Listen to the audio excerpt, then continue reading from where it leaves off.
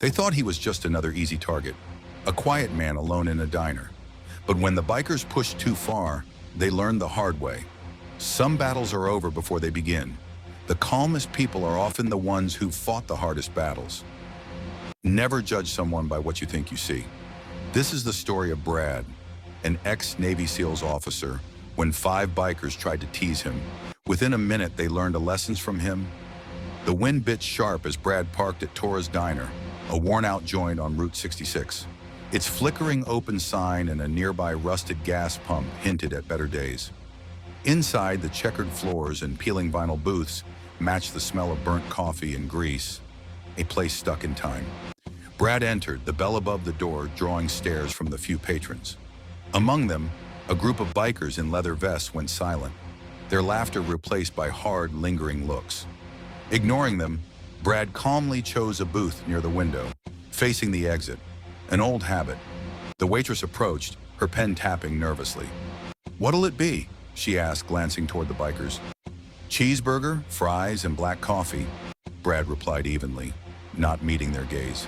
He traced the rim of his coffee cup, unbothered, as the tension in the room thickened.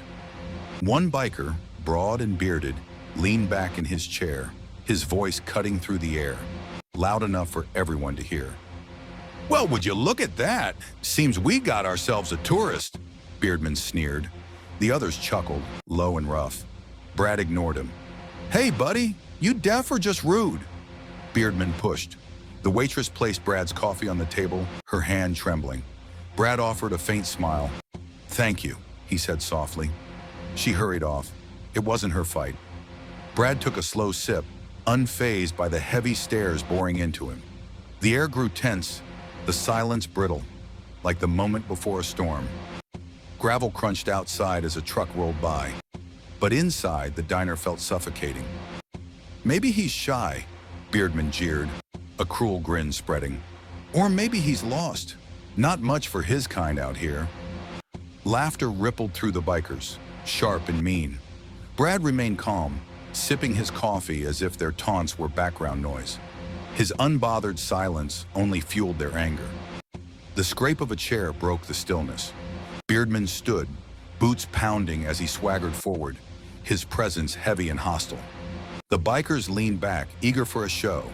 Behind the counter, the waitress froze, her eyes darting between Brad and the advancing biker.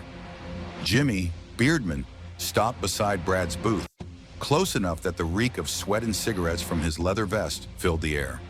"Hey, I'm talking to you, boy," he sneered, his words sharp and deliberate. Brad didn't flinch. He set his coffee down gently on the saucer. "Something I can help you with?"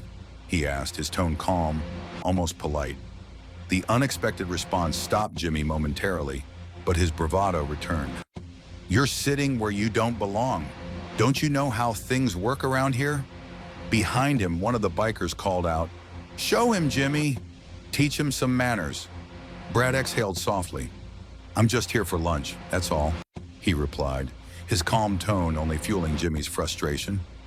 Jimmy slammed a fist on the table, rattling the salt shaker. "I don't think you heard me, friend." Slowly, Brad looked up, his gaze locking with Jimmy's. There was no fear in his eyes, no anger, just a stillness that made Jimmy hesitate. "Back off," Brad said, his voice steady and low. It wasn't a plea nor a threat. Jimmy snorted, masking his unease. "Or what?" The diner went silent. Even the cook had stopped flipping burgers. "You're gonna learn some respect today," Jimmy growled, reaching for Brad's collar. In a flash, Brad caught his wrist, his grip unyielding. "Don't," he said softly, his voice calm but edged with warning.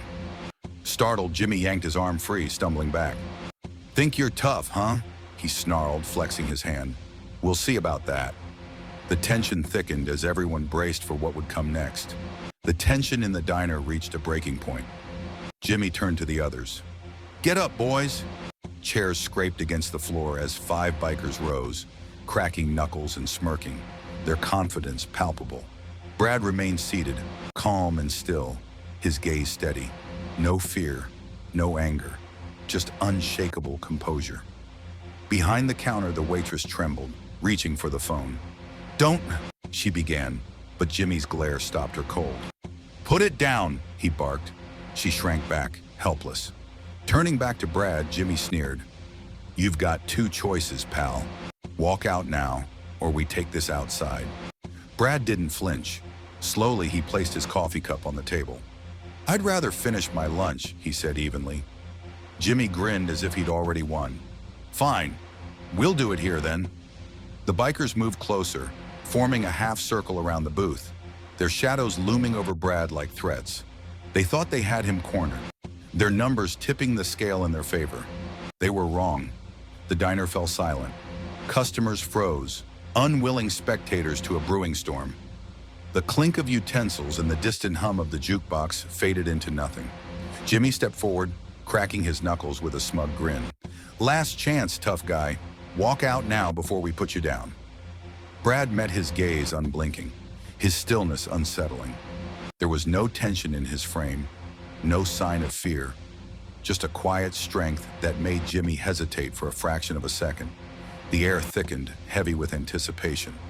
Every eye in the diner was on Brad, waiting for his next move. The air was thick with tension as Jimmy glared at Brad, his fury boiling over. Brad's calm, almost bored expression only fanned the flames. "You just don't get it," Jimmy spat, lunging without warning. For everyone else, the moment slowed. But for Brad, it was instinct, reflex honed to perfection. Brad didn't flinch. He shifted smoothly, sliding out of the booth in one fluid motion. His hand caught Jimmy's wrist mid-swing, redirecting the force. Jimmy stumbled, unprepared, as Brad twisted his arm behind his back and guided him to the table. The thud reverberated through the diner as Jimmy's chest slammed against the surface. One down. The others hesitated, their confidence shaken. Brad released Jimmy, who crumpled to the floor, groaning. Brad turned to the remaining bikers, his voice calm but firm. "You don't want this," he said, almost like advice. But pride wouldn't let them stop.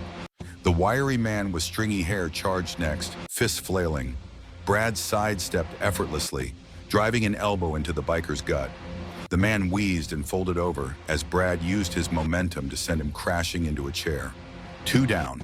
The remaining three attacked together, realizing this wasn't a bar brawl. It was something else entirely. The largest grabbed for Brad's shoulder. A mistake. Brad twisted sharply, trapping the man's arm and sweeping his leg. The biker hit the floor, gasping as Brad knelt, pressing a knee into his back. "Stay down," he whispered. Three down. Another came from behind, wielding a chair, desperate and sloppy. Brad ducked, seized the chair, and shoved him into a booth. Four down. The last biker froze, trembling as he looked at Brad. Without a word, he bolted for the door, leaving the bell jingling behind him. Five down. The diner went still. Brad exhaled, adjusting his baseball cap as he glanced at the mess around him. The bikers groaned from the floor, too shocked or winded to move. Jimmy, still slumped over the table, looked up with a mixture of pain and disbelief. Brad met his gaze, his voice calm but firm. "I told you to back off." The silence that followed was deafening, but it wasn't the fight people would remember. It was what came next. The diner sat frozen. Nobody moved. The air felt heavier than the fight itself. The waitress stood behind the counter, her hand still hovering over the phone she never got the chance to use. The cook peeked through the kitchen window, eyes wide, his spatula hanging uselessly in his hand. Brad straightened up, his breathing steady, his posture relaxed. If you hadn't witnessed what had just happened, you'd think he'd simply finished tying his shoe. Jimmy groaned as he pushed himself halfway up, his bruised pride far worse than his aching ribs. "What the hell? Who are you?" Jimmy muttered, his voice a mix of pain and confusion. Brad looked down at him, his face calm, unreadable. He didn't smirk, didn't gloat. "Just a guy getting lunch," he replied quietly. Jimmy glared at him through bloodshot eyes. "You ain't normal. What the hell are you?" Brad scanned the diner. The eyes on him weren't filled with fear. They were filled with awe, respect. People weren't used to seeing someone that calm, that capable. He sighed softly, shaking his head. "You don't want to know." The wiry biker, still slumped against a chair, coughed out, "You military or something?" Brad didn't answer. Instead, he turned back to his booth. His plate was still there, the burger and fries untouched, and the coffee cup was half full. He picked up a fry and took a bite as if the last 5 minutes hadn't happened. The waitress finally moved, stepping forward cautiously, her voice shaky. "Sir, are you okay?" Brad looked up and gave her a soft smile. "I'm fine, ma'am." She blinked, stunned by how polite he sounded after what he'd just done. Her eyes darted between the bikers sprawled across the floor and the stranger calmly finishing his meal. I'll get you a fresh burger." "No need," Brad replied. "This one's just fine." A man sitting at a far booth, someone's grandfather with a farmer's tan and calloused hands, muttered, "I ain't never seen anything like that before." Brad ignored the whispers spreading through the room. He knew what they were thinking. A calm man in a world full of noise stands out. People remember that. Reaching into his pocket, he pulled out a few bills, placing them neatly under the edge of his plate. Then he rose from the booth, the sound of his boots the only noise in the room as he walked toward the door. The waitress watched him go.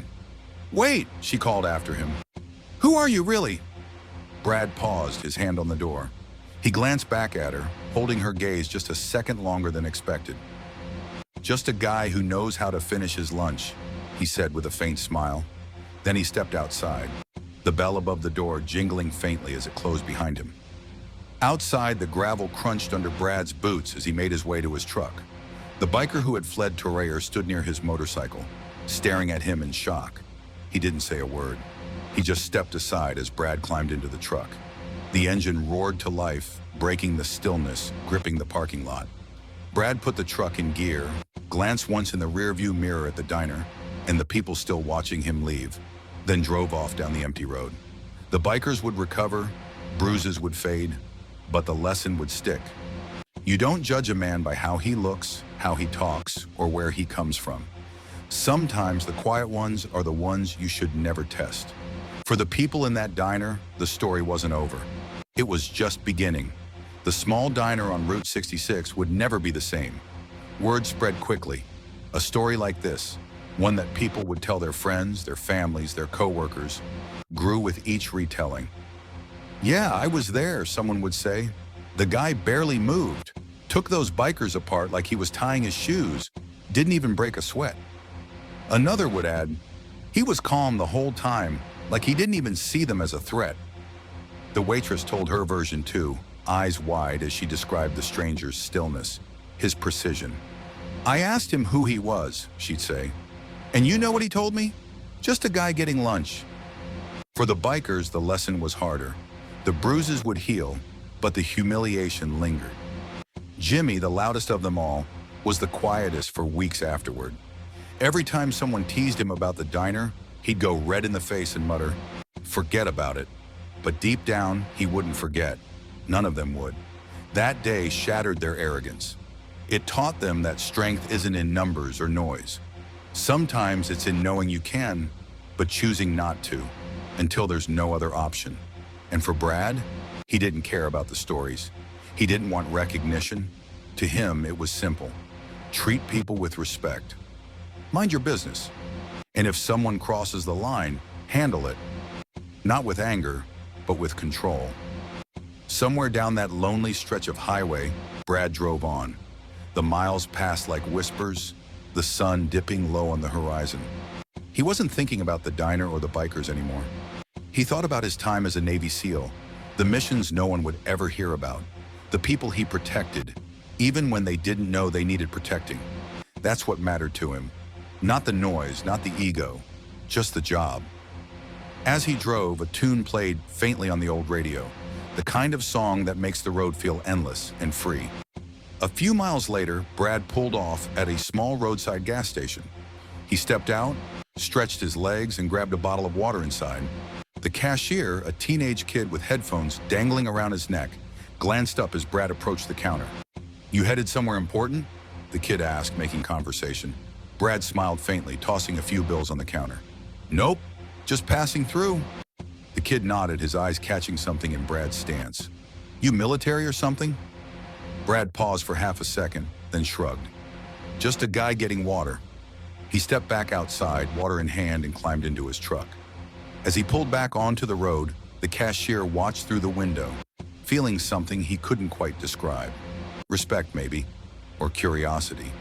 And like that, Brad was gone. Another town, another stretch of road.